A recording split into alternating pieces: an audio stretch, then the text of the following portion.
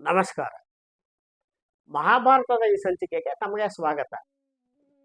ಪಾಂಡವರು ಮತ್ತು ಕುಂತಿ ಮರಳಿ ಹಸ್ತಿನಾಪುರಕ್ಕೆ ಬಂದರು. ಪಾಂಡು ಹಿಂದೆ ಇದ್ದ ಅರಮನೆಯಲ್ಲೇ ವಾಸಿಸಲು ಆರಂಭ ಮಾಡಿದರು.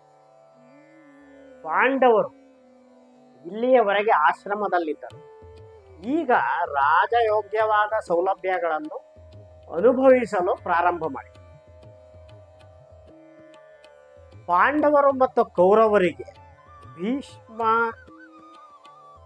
ಧೃತರಾಷ್ಟ್ರ ರಾಜಯೋಗ್ಯವಾದ ಉಪನಯನಾದಿ ಸಂಸ್ಕಾರಗಳನ್ನು ಸಹ ಮಾಡಿದರು. ಪಾಂಡವರು ಮತ್ತು ಕೌರವರು ಒಟ್ಟಿಗೆ ಆಟ ಪಾಠಗಳಲ್ಲಿ ನಿರತರಾದರು.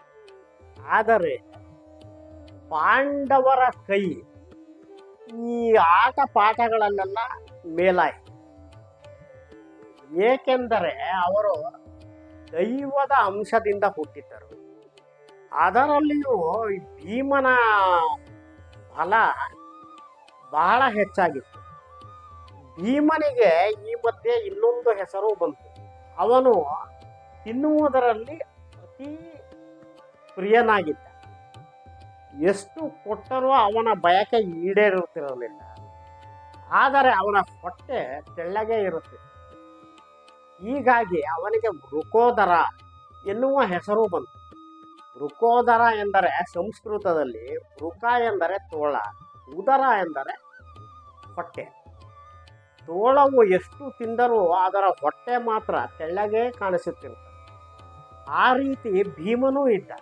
ಹಾಗಾಗಿ ಅವನಿಗೆ ವೃಕೋದರ ಎನ್ನುವ ಹೆಸರು ಬಂತು.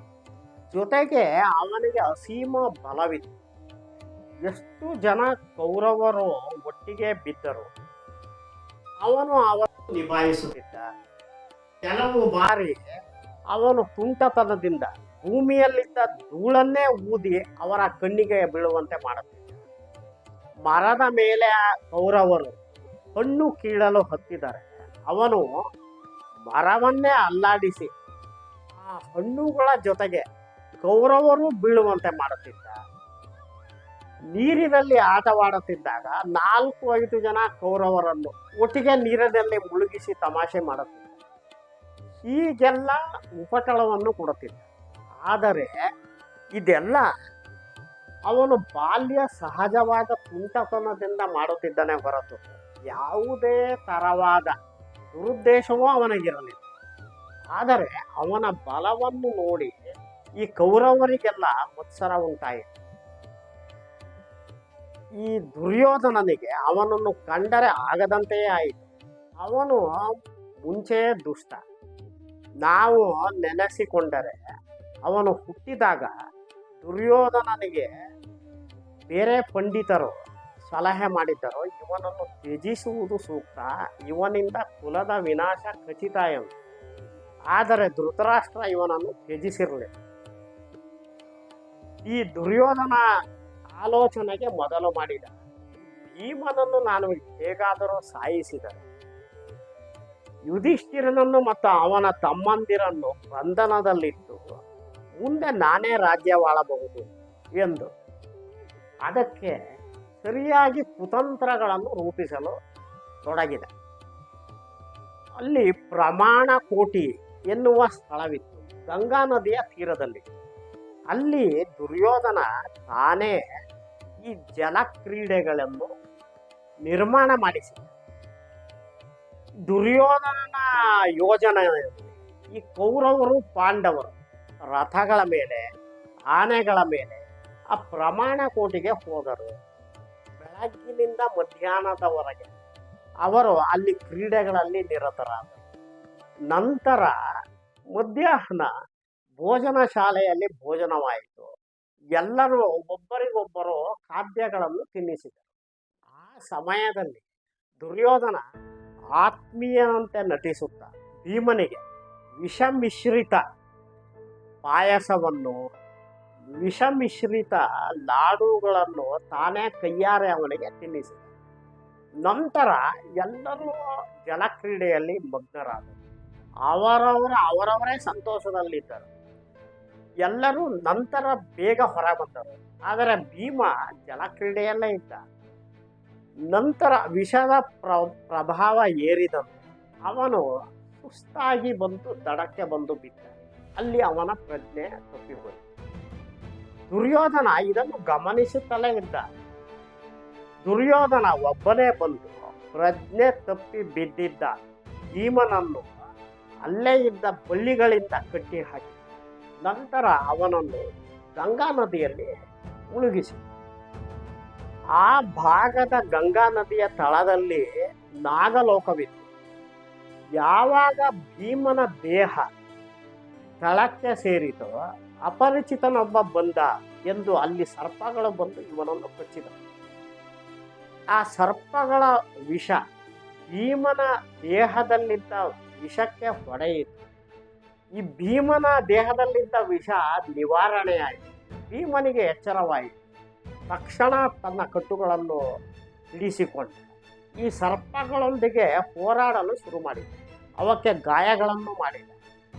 ಆಗ ಕೆಲವು ಸರ್ಪಗಳು ಓಡಿ ಹೋಗಿ ಈ ಸರ್ಪಗಳ ರಾಜ ವಾಸುಕಿಗೆ ಹೇಳಿದವು, ಯಾರೋ ಒಬ್ಬ ಅಪರಿಚಿತ ಬಂದು ನಮ್ಮ ಕಡೆಯವರನ್ನು ಪಡೆಯುತ್ತಿದ್ದಾನೆ, ಹೋರಾಟ ಮಾಡುತ್ತಿದ್ದಾನೆ, ದಯವಿಟ್ಟು ಬಂದು ನೋಡಿ.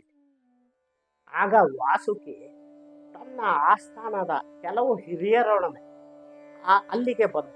ಇದನ್ನು ಹೋರಾಟವನ್ನು ನಿಲ್ಲಿಸಿ ಭೀಮನನ್ನು ಕೇಳಿದ, ನೀನು ಯಾರು, ಎಲ್ಲಿಂದ ಬಂದಿದ್ದೀಯಾ ಎಂದು. ಆಗ ಭೀಮ ಹೇಳಿದ, ನಾನು ಕುಂತಿ ಮತ್ತು ಪಾಂಡುವಿನ ಮಗ ಎಂದು. ಅದನ್ನು ಕೇಳಿ ಅಲ್ಲಿ ಆಸ್ಥಾನದಲ್ಲಿ ಒಬ್ಬ ಮುಖ್ಯಸ್ಥನಿದ್ದ, ಆರ್ಯಕ ಎಂದು ಅವನ ಹೆಸರು. ಅವನು ಓಡಿ ಹೋಗಿ ಭೀಮನನ್ನು ಕೊಂದಿದ್ದ. ಆರ್ಯಕ ನಂತರ ಹೇಳಿದ, ಭೀಮನ ತಾತ ಶೂರಸೇನನಿಗೆ ತಾನು ತಾತನಾಗಬೇಕು ಎಂದು. ಇದನ್ನು ವಾಸುಕಿಗೆ ಹೇಳಿದಾಗ ವಾಸುಕಿಗೂ ಸಂತೋಷವಾಯಿತು. ಅವನು ಒಂದು ರೀತಿಯಲ್ಲಿ ತಮ್ಮ ಬಂಧುವೇ ಆದಂತಾಯಿತು. ಮಹಾರಾಜ ವಾಸುಕಿ ಭೀಮನನ್ನು ಕರೆದುಕೊಂಡು ಅರಮನೆಗೆ ಬಂದ. ಅಲ್ಲಿ ವಿಶ್ರಮಿಸಲು ಅವಕಾಶ ಮಾಡಿಕೊಂಡ. ನಂತರ ವಾಸುಕಿ ಯೋಚಿಸಿದ, ಭೀಮನಿಗೆ ಧನ ಕನಕಗಳನ್ನು, ವಜ್ರ ವೈಡೂರ್ಯಗಳನ್ನು ಉಡುಗೊರೆಯಾಗಿ ಕೊಟ್ಟು ಕಳುಹಿಸಬೇಕು ಎಂದು. ಇವನ ಮನದಿಂಗಿತವನ್ನು ಅರಿತ ಆರ್ಯಕ್ಕೆ ಹೇಳಿದ, ಮಹಾರಾಜ, ಅವನಿಗೆ ಅದರಿಂದ ಏನೂ ಪ್ರಯೋಜನವಾಗುವುದಿಲ್ಲ. ಅವನ ಬಲವನ್ನು ಹೆಚ್ಚಿಸಲು ನಮ್ಮ ಕೈಯಲ್ಲಿ ಸಾಧ್ಯವಿದೆ. ನಮ್ಮಲ್ಲಿ ರಸಕುಂಡಗಳಿವೆ. ಒಂದೊಂದು ರಸಕುಂಡವನ್ನು ಕುಡಿದಾಗ 1,000 ಆನೆಗಳ ಬಲ ಬರುತ್ತದೆ. ಇದನ್ನು ಭೀಮನಿಗೆ ಕೊಟ್ಟರೆ ಉಪಯೋಗವಾದೀತು ಎಂದು ಸಲಹೆ ನೀಡಿ. ವಾಸುಕಿಗೂ ಅದು ಸರಿ ಎನ್ನಿಸಿತು. ಅವನು ಸಮ್ಮತಿಸಿದ. ನಂತರ ಭೀಮನ ಬಳಿಗೆ ಅವರು ಆ ರಸಕುಂಡಗಳನ್ನು ಕಳುಹಿಸಿದರು. ಆ ರಸಕುಂಡಗಳು ಅಂದರೆ ಒಂದು ಗಡಿಗೆಯಲ್ಲಿ ಅಮೃತದಂತಹ ಪಾನೀಯವಿತ್ತು. ಒಂದು ಗಡಿಗೆ ಕುಡಿದರೆ ಅವರಿಗೆ 1,000 ಆನೆಗಳ ಬಲ ಬರುತ್ತಿತ್ತು. ಭೀಮ ಇವರು ಕೊಟ್ಟ ಹಾಗೆಲ್ಲ 8 ಗಡಿಗೆಗಳ ಈ ರಸಕುಂಡಗಳನ್ನು ಕುಡಿದ. ಆ ರಸಕುಂಡಗಳ ಪ್ರಭಾವದಿಂದ ಅವನಿಗೆ ಮತ್ತು ಬಂದಂತಾಯಿತು. ಅಲ್ಲೇ ಅವನಿಗೆ ಮಲಗಲು ವ್ಯವಸ್ಥೆ ಮಾಡಿಕೊಟ್ಟರು. ಅವನು ಗಾಢ ನಿದ್ರೆಗೆ ಒಳಗಾದ. ಇತ್ತ ಗಂಗಾ ನದಿಯ ತೀರದಲ್ಲಿ ಪಾಂಡವರು ಭೀಮನಿಗೆ ಹುಡುಕಿದರು. ಭೀಮ ಕಾಣಲಿಲ್ಲ. ದುರ್ಯೋಧನನು ಹುಡುಕಿದಂತೆ ನಟಿಸಿದ. ನಂತರ ಅವನು ಅರಮನೆಗೆ ಮೊದಲೇ ಹೋಗಿರಬಹುದು ಎಂದು ಅವರೆಲ್ಲ ಮರಳಿ ಅರಮನೆಗೆ ಬಂದರು. ಉಳಿದ ಪಾಂಡವರು ಒಂದು ಕುಂತಿಯನ್ನು ಕೇಳಿದಾಗ ಕುಂತಿ ಭೀಮ ಇನ್ನೂ ಬಂದಿಲ್ಲ ಎಂದು ಹೇಳಿ ಕುಂತಿಗೂ ಗಾಬರಿಯಾಯಿತು. ನಂತರ ಕುಂತಿಯ ಆದೇಶದಂತೆ ಮತ್ತೆ ಪಾಂಡವರು ನದಿಯ ತೀರದ ಬಳಿಗೆ ಬಂದು ಹುಡುಕಿದರು. ಭೀಮ ಸಿಗಲಿಲ್ಲ. ವಿಷಯವನ್ನು ಕುಂತಿಗೆ ಹೇಳಿದರು. ಕುಂತಿ ವಿದುರನಿಗೆ ಬರ ಹೇಳಿದರು. ವಿದುರ ತಕ್ಷಣ ಬಂದ. ಕುಂತಿ ತನ್ನ ದುಃಖವನ್ನು ಅವನಲ್ಲಿ ತೋಡಿಕೊಂಡಳು. ಹೀಗಾಗಿದೆ, ಭೀಮ ಕಾಣೆಯಾಗಿದ್ದಾನೆ, ಅವನಿಗೆ ಏನಾಗಿದೆಯೋ ನಾನು ಕಾಣೆ. ಅವನು ಮೊದಲೇ ದುರ್ಯೋಧನಿಗೆ ಅವನ ಮೇಲೆ ಮತ್ಸರವಿತ್ತು, ಅವನೇ ಅವನನ್ನು ಹತ್ಯೆ ಮಾಡಿದ್ದೇನೋ ಎಂದು ನನಗೆ ಚಿಂತೆ ಎಂದವು. ಆಗ ವಿದುರ ಹೇಳಿದ, ಅತ್ತಿಗೆ, ದಯವಿಟ್ಟು ಈ ವಿಷಯವನ್ನು ಬೇರೆಯವರೊಂದಿಗೆ ಹೇಳಬೇಡಿ. ಏಕೆಂದರೆ ಅದರಿಂದ ನಿಮಗೂ ಸಹ ತೊಂದರೆಯಾಗುತ್ತದೆ. ವ್ಯಾಸರು ಈ ಪಾಂಡವರು ದೀರ್ಘಾಯುಷಿಗಳು ಎಂದು ಹೇಳಿದ್ದಾರೆ. ಹಾಗಾಗಿ ಅವರ ಆಶೀರ್ವಾದವೂ ಸಹ ಇದೆ. ಇವರಿಗೆ ಭೀಮನಿಗೆ ಏನೂ ಆಗುವುದಿಲ್ಲ, ಸ್ವಲ್ಪ ಕಾದು ನೋಡೋಣ ಎಂದು ಹೇಳಿ. ಇತ್ತ ಭೀಮ ನಿದ್ದೆಯಿಂದ ಎದ್ದ 7 ದಿವಸವಾಗಿ 8ನೇ ದಿವಸ ಭೀಮ ಎದ್ದ. ಅವನಿಗೆ ಅರಿವಾಯಿತು ಬಹಳ ಬಲಶಾಲಿಯಾಗಿರುವುದರ ಬಗ್ಗೆ. ಅಲ್ಲಿದ್ದ ಸರ್ಪಗಳು ಸಹ ಹೇಳಿದವು, ನಿನಗೆ ಈಗ 10,000 ಆನೆಗಳ ಬಲ ಬಂದಿದೆ, ನಿನ್ನನ್ನು ಯಾರೂ ಯುದ್ಧದಲ್ಲಿ ಗೆಲ್ಲಲಾರರು ಎಂದು. ಭೀಮನಿಗೆ ಅವು ಸರ್ಪಗಳು ಶ್ವೇತ ವಸ್ತ್ರಗಳನ್ನು ಕೊಟ್ಟವು, ಶ್ವೇತ ಹಾರವನ್ನು ಕೊಟ್ಟವು. ಭೀಮ ಸ್ನಾನ ಮಾಡಿ ಶುಚಿರ್ಭೂತನಾಗಿ ನಂತರ ಅವರು ಕೊಟ್ಟ ಅಲಂಕಾರವನ್ನು ಮಾಡಿಕೊಂಡ. ಮಹಾರಾಜ ವಾಸುಕಿ ಮತ್ತು ಆರ್ಯಕನಿಂದ ಬೀಳ್ಕೊಂಡು ಈ ಸರ್ಪಗಳು ಅವನಿಗೆ ಅತ್ಯಂತ ಪ್ರಿಯವಾಗಿ ನಡೆದುಕೊಂಡು ಅವನನ್ನು ಮತ್ತೆ ಗಂಗಾ ನದಿಯ ತೀರಕ್ಕೆ ಬಂದು ಅವನನ್ನು ಅಲ್ಲಿ ಬಿಟ್ಟು ಅದೃಶ್ಯವಾದ. ಭೀಮ ಓಡೋಡಿ ಅರಮನೆಗೆ ಬಂದ.